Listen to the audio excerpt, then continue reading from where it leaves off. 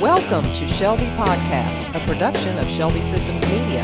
And now here's your host, Don Alsop. Dan Busby is one of our most popular speakers at ISC each year, and he is the president of ECFA, the Evangelical Council for Financial Accountability. Many of our attendees specifically state that they attend ISC because of Dan Busby. Dan, why don't you start off by telling us what classes you'll be teaching at ISC this year? Well, it's always a privilege to be invited back to Shelby.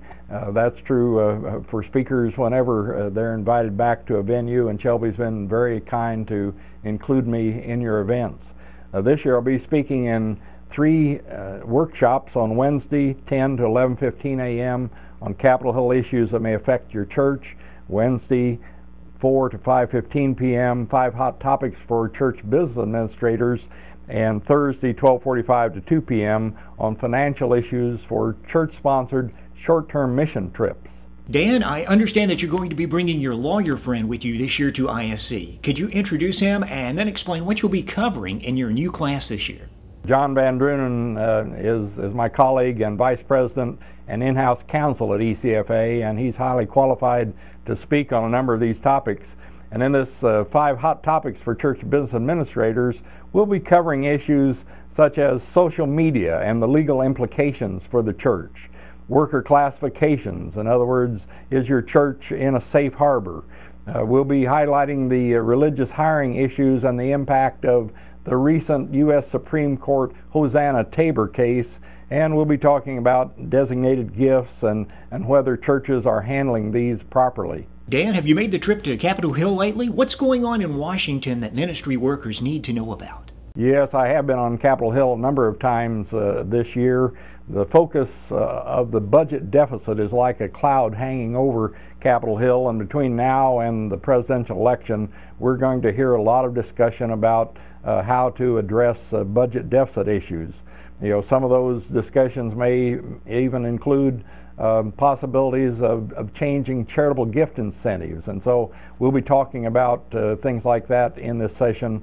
But the big Capitol Hill issue for ECFA is the Commission on Accountability and Policy for Religious Organizations, a project that was handed to ECFA by Senator Charles Grassley of the Senate Finance Committee. Part 1 of the report issued late this year will include topics such as, should the clergy housing allowance be modified in any way? Should the tax law be clarified with respect to the taxability and the deductibility of love offerings? And should churches be required to file Form 990s with the Internal Revenue Service? So a lot of interesting topics in this report. Well, I can tell that you do a lot of reading, Dan, by your library there in the background, and I know that you're a prolific writer with hundreds of articles. Have you been working on any new books lately? Well, one book that is out of print that was titled in the last version, Donor Restricted Gifts Simplified, will be reissued later this year.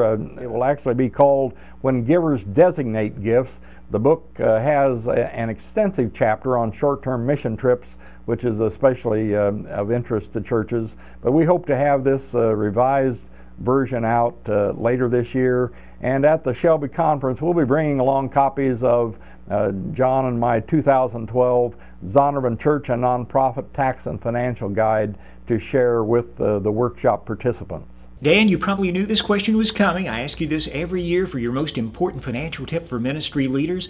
With the economy in the shape that it's in and an election year coming up and healthcare legislation around the corner, what would be your top financial advice for ministries this year in 2012? Well, we are in a long financial trough. While some of the indicators show that giving to churches is up slightly, still this economic trough that we're in requires some special attention. And so I would suggest 3 things to church leaders. First, churches must minister above reproach at every turn. They must model integrity, minimizing risks of fraud, and look for ways to enhance givers' trust. And at ECFA, we believe ECFA accreditation is one of the ways to enhance trust. But secondly, churches must be sure their financial reporting is not only current, but it's adequate to spot trends in giving and expenses, not only in comparison to the budget, but in comparison to trends over the last few years. And then finally, churches need to be sure that their financial reserves are adequate to see them through these tough times. Cash reserves is a positive concept, and a congregation's confidence is increased when it is evident that a church has planned for unforeseen events and foreseeable expenses. We talked a little bit about your grandson Daniel last year. Can you give us an update? How old is he now and how is he doing these days? Well, my wife's been doing a great job of homeschooling Daniel. He's 10 and a half. He's on the high end of the autism spectrum. She has him doing multiplication of fractions now. I have the privilege of stopping by and spending some time with him each evening on my way home from work, and he is the joy of our life. Thanks for asking about him. Well, Dan, we are really looking forward to hearing from you at ISC 2012 in Memphis on June the 13th through the 15th. I know you have some very valuable information that you want to share at the conference. Is there anything else that you can think of that you'd like to tell our attendees before we wrap things up today? Well, I'm certainly looking forward to coming to the Shelby Conference, as is John Van Drunen, and looking forward to spending time with the attendees in the workshops and at our booth. You've been listening to Shelby Podcast with your host, Don Alsop. Thanks for listening, and tune in next time for another Shelby Podcast.